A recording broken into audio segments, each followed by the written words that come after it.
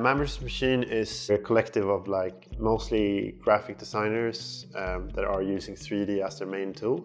We do 3D work, but we also do live action and mostly in moving form. We've been doing a lot of work for channel rebrands where we designed out entire channels such as More 4, 47, Film 4. But we also work with other clients such as Nike, Audi, Microsoft, Toyota, Honda, Nokia, and some other clients.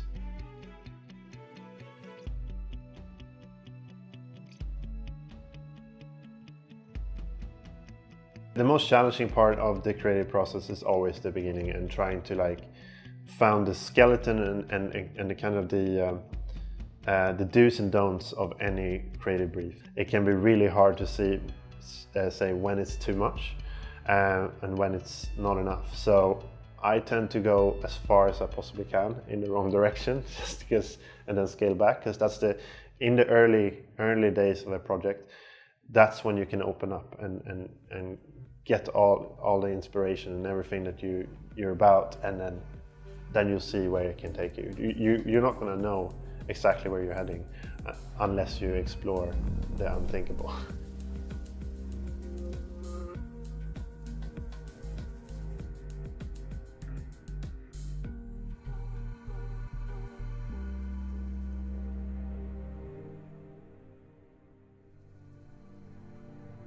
When we start a new project with a client such as Nike, for example, they usually have a kind of a broad idea of what they want to communicate. It could be in the example of Flyknit, they had 4 different things they needed to cover: how protective it is, and you know, against weather and wind and stuff like that, and also the fact that it's lightweight and strong, and it has a precision fit. It basically fits around your shoe and reacts much like a skin.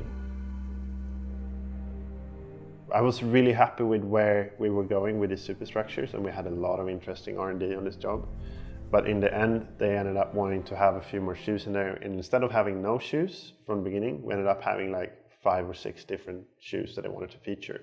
So the kind of workflow ended up being less about creating these big structures and more about how we could treat the surface of a shoe and the silhouette of a shoe in various different ways.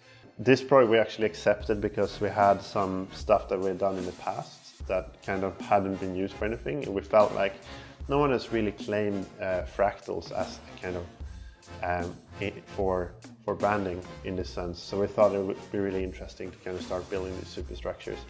And so me personally, I started building a lot of fractal algorithms, repeating patterns and stuff like this, but based with threads, and seeing how they could animate to become more complex or simpler, depending on what the film would need. And we ended up, if we go through the daylist folders, you can see how they kind of evolved, and we did hundreds of these various superstructures. In the end, they kind of started becoming more about the surface R&D instead of structures themselves.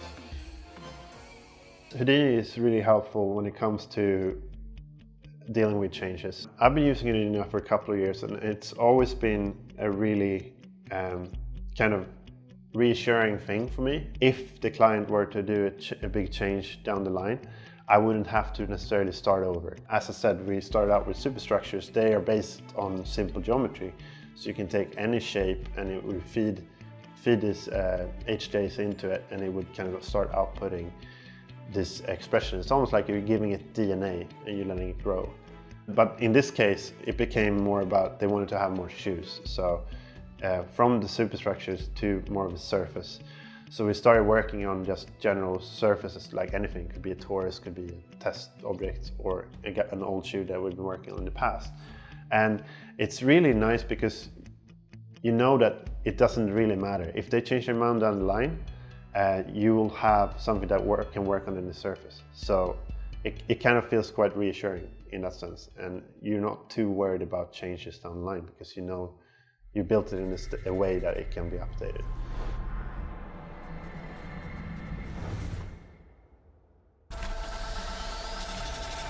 So Hypervenom was one of my favorite projects, and it's a good example of something that is built in a very procedural manner.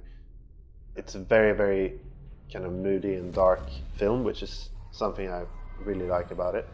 It has a lot of aggression, and it's also very abstract. It's also edited in a way that it kind of has this fractured flow where each shot is different, but it flows into the next thing in a very dynamic, interesting way. So like many times, it's about curiosity. So I started playing around with point clouds and just scattered points on the surface, and tried to transfer information through this point cloud and see what could be done with this. And a lot of times I have no idea where I'm going with anything. It's just a curiosity of what kind of information can I get out of this. And because it's something that applies to these points, and it's a rule set essentially, you would be able to scale this however you want. Like, it could run on the surface, it can run in a volume, it can run anywhere. So it ended up being used in a couple of places in this film, this kind of infection system, as I call it.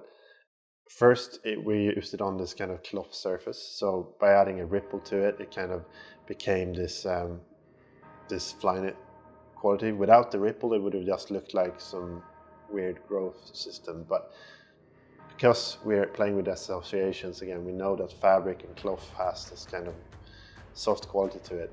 By combining these two systems, it would become something that made sense for this film. But then also we used this kind of infection system for the kind of tear shot where the shoe is peeling its outer skin, much like a snake is doing, or other animals. So this film is all about stuff that appears like something that it isn't, and camouflaging and these sort of predatory features.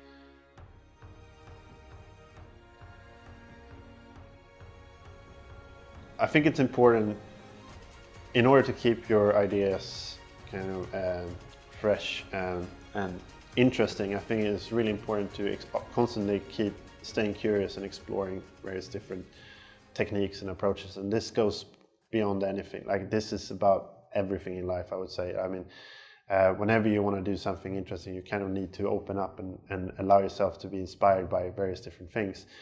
I tend to be really interested in like mathematics and the kind of inner workings of nature and stuff like this, and I try to replicate a lot of these ideas and applying them in places where it doesn't really belong as well, to see what the outcome would be. I just love the idea that you can build something with very simple rules and it becomes something that almost looks organic, something that would be able to exist in the universe as it is. It's kind of like a discovery. You're putting in some stuff and you see something that you couldn't imagine when you first started, but it's like chaos theory. You never know where you're going to end up.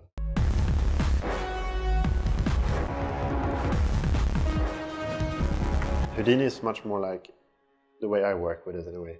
It's much more like a discovery, so you don't really get bored of the ideas that you're developing, because a tiny tweak will change the entire outcome of whatever you're building. So it's a lot of exploration, and it's a lot of trying to combine various ideas and techniques that you kind of developed or come up with in the past. But it's also quite interesting because you end up building very specific tools that does a very specific purpose.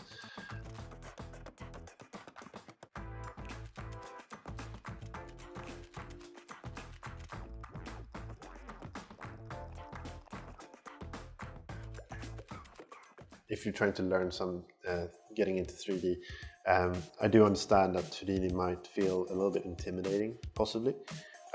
I started with Cinema 4D because it was very approachable, but I very quickly found myself that I was starting to bounce into the walls. I felt like there was a lot of high-level tools that works beautifully, but as soon as you're trying to do something that is a little bit out of their intended use, you start to struggle. And Houdini is this kind of complete sandbox. It's like if you're comparing Legos to other toys, like Legos you can build anything, and Houdini is very much the same way. It's anything you can think of you can build.